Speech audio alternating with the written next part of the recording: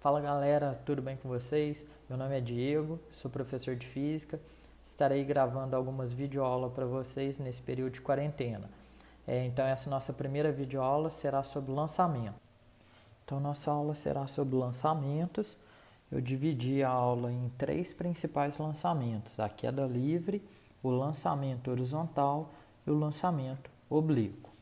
A queda livre é simplesmente quando o objeto cai de uma determinada altura. Por exemplo, uma bolinha caindo do alto de um prédio.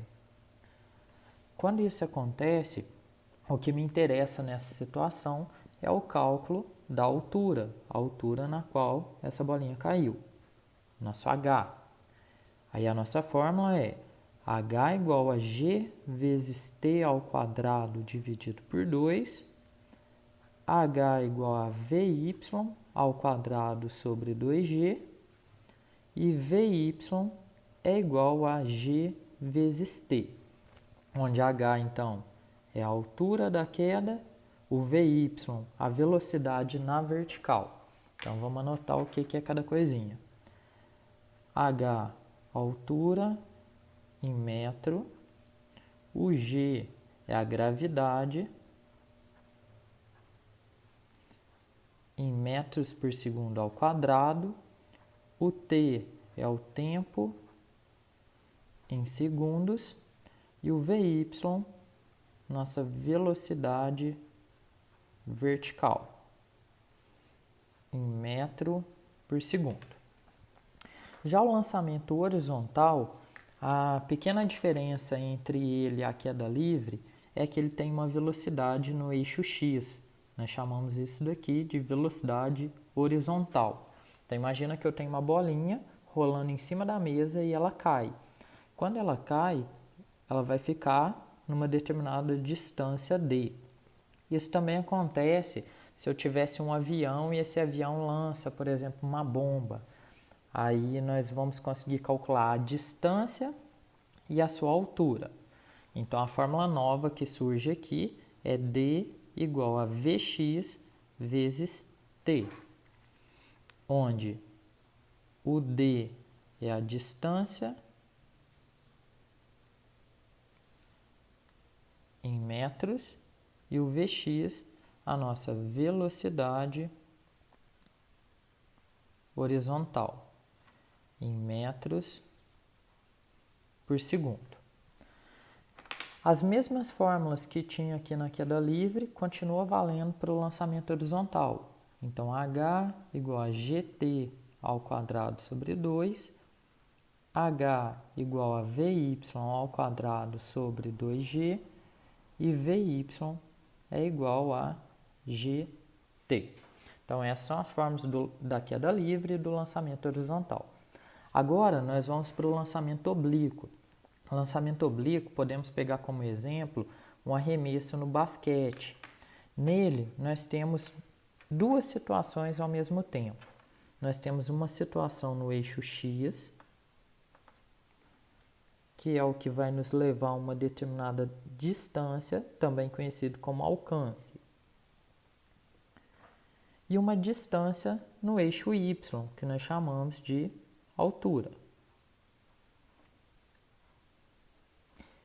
Então, essa nossa velocidade, que até então era uma velocidade v, ela sofre uma decomposição vetorial e passa a ter o valor vy e vx. Vamos começar então pelo eixo x. O eixo x, o que me interessa é a distância. Então, existem duas fórmulas de distância. Uma quando fornece o tempo, que vem lá do Deus vê tudo, e a outra quando não tem tempo, que é v ao quadrado vezes seno do arco duplo dividido por g. Lembrando que esse seno do arco duplo lá na matemática é 2 vezes o seno vezes o cosseno do nosso ângulo. E esse Vx, ele vem lá da nossa decomposição. Então, por exemplo, eu tenho aqui uma velocidade v.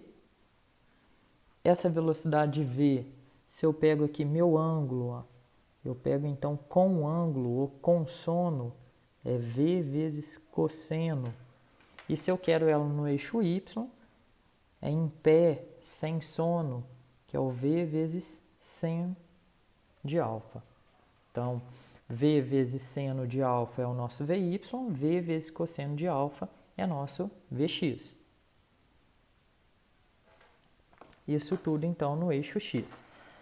No eixo Y,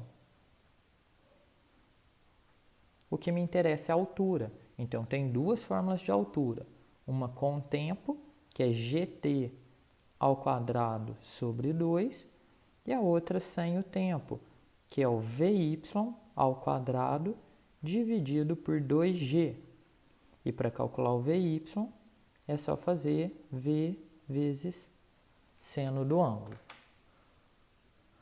Agora vou comentar algumas particularidades do nosso lançamento oblíquo, que é o lançamento que mais cai aí nas provas. O que eu quero que vocês percebam? Que à medida que a nossa bolinha vai subindo, a nossa velocidade vertical ela vai diminuindo. Chega aqui em cima, ela passa a valer 0. Só que a nossa velocidade no eixo X ela é constante, ela é igual em todo momento. Então, eu tenho Vx em todos os pontos. Essa nossa velocidade vertical Vy, ela vai diminuindo, chega na altura máxima, ela para e depois ela começa a acelerar até voltar aqui com a mesma velocidade que iniciou o movimento.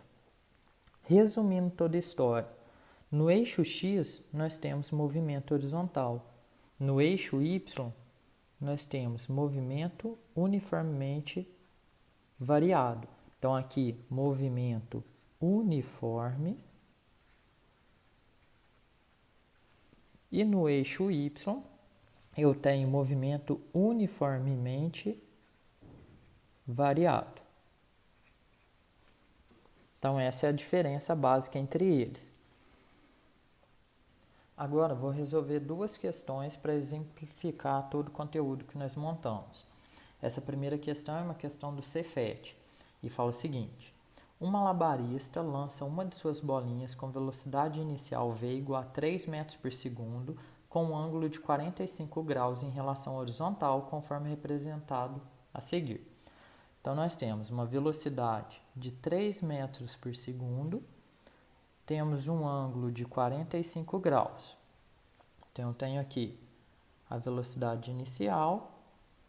Se tem um ângulo, é um lançamento oblíquo, ela atinge uma altura máxima, depois cai atingindo um alcance máximo. Então, eu tenho aqui a distância, tem a altura. Para calcular a distância, eu preciso da velocidade no eixo X. E para calcular a altura, velocidade no eixo Y. Então, eu tenho esse esquema. Desprezando a resistência do ar, é correto afirmar que, letra A, a altura máxima H é 45 centímetros. Então, vamos calcular a nossa altura. H igual, o exercício não deu tempo, então Vy ao quadrado dividido por 2G. Então, H é igual, não tem Vy, vou calcular aqui no cantinho Vy. Vy é V vezes seno de alfa. Então, vai ser V vezes seno de 45. Vy é igual a 3 vezes raiz de 2 sobre 2. Então, ficou 3 raiz de 2 sobre 2 ao quadrado, dividido por 2 vezes 10. Se o exercício não falar nada, a gente considera aqui na Terra como gravidade igual a 10. Então, H é igual a 9 vezes 2 sobre 4, dividido por 20. Vou simplificar aqui, vai dar 2. Vou repetir a primeira fração e multiplicar o inverso da segunda. Então, H é igual a 9 sobre 40. Só que isso daqui está em metros. Para passar para segundos, é só multiplicar por 100. Então, 9 sobre 40 vezes 100. Posso simplificar aqui. Posso simplificar também por 2 vai ficar 5 meios. Então, deu 45 sobre 2 centímetros. A alternativa fala que é só 45 centímetros, então essa está falsa. Vamos para a afirmativa B. O alcance horizontal máximo é 90 centímetros, então ele quer distância. Se não tem tempo, distância é igual a v ao quadrado vezes seno do arco duplo dividido por g. Velocidade 3 ao quadrado vezes seno de 2 vezes alfa, 2 vezes 45, 90, dividido por 10. D igual a 9 vezes seno de 91, dividido por 10. Então, D igual a 9 sobre 10. Está em metro, vamos passar para centímetro, então multiplica por 100. Simplificando, D igual a 90 centímetros.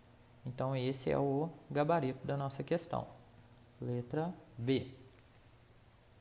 Agora, vamos resolver a questão do Enem. Na antiguidade, algumas pessoas acreditavam que no lançamento oblíquo, o oblíquo é aquele que tem o ângulo, então é aquele que atinge uma altura máxima e, consequentemente, uma distância máxima. Esse é o lançamento oblíquo. A resultante das forças que atuavam sobre ele tinha o mesmo sentido da velocidade em todo instante do movimento. Isso não está de acordo com as interpretações científicas atualmente utilizadas para explicar esse fenômeno. Desprezando a resistência do ar, qual é a direção e o sentido do vetor força resultante que atua sobre o objeto no ponto mais alto da trajetória? Então vamos raciocinar. Essa questão ela está falando sobre força. Pensando lá nas leis de Newton, força é igual a massa vezes aceleração. Força, meu amor. E lembrando também que no movimento uniforme é aquele movimento que a velocidade é constante. Se a velocidade é constante, a aceleração é zero.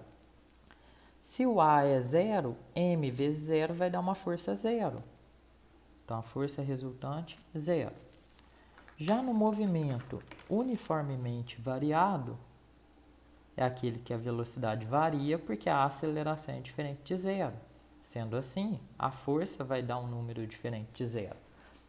Então, o que eu posso concluir com isso?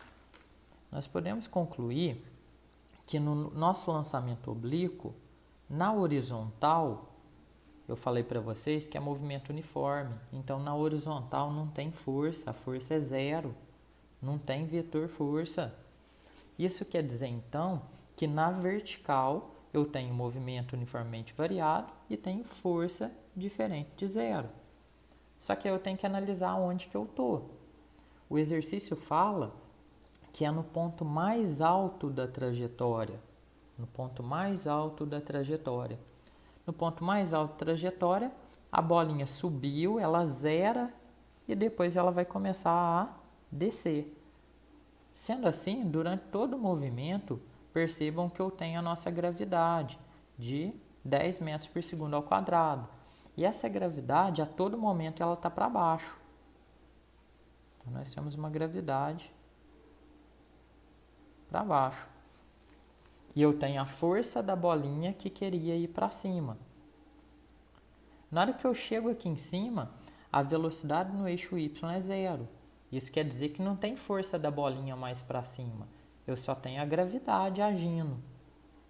Então, aqui, nesse ponto mais alto da trajetória, eu tenho gravidade igual a 10 no sentido para baixo. Então, podemos concluir que ali eu tenho uma força para baixo. Então, o que nós temos? Indefinido, pois ele é nulo. Não, nós vimos que lá em cima existe gravidade igual a 10. Vertical para baixo, pois somente o peso está presente durante o movimento. Correto isso daqui. Então, gabarito dessa questão do Enem, letra B.